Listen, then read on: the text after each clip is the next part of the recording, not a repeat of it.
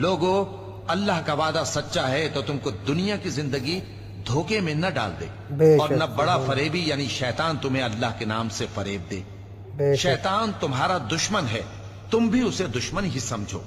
वो अपने पैरों के गिरोह को बुलाता है ताकि वो दोज़ख वालों में हो जाए। जिन्होंने कुफ्र किया उनके लिए सख्त अजाब है, और जो ईमान लाए और अमल नेक करते रहे उनके लिए बख्शिश और बड़ा सवाब है।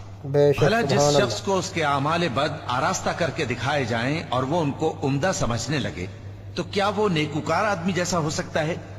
बेशक अल्लाह जिसको चाहता है गुमराह रहने देता है और जिसको चाहता है हिदायत देता है। तो इन लोगों पर अफसोस कर करके तुम्हारा दम न निकल जाए।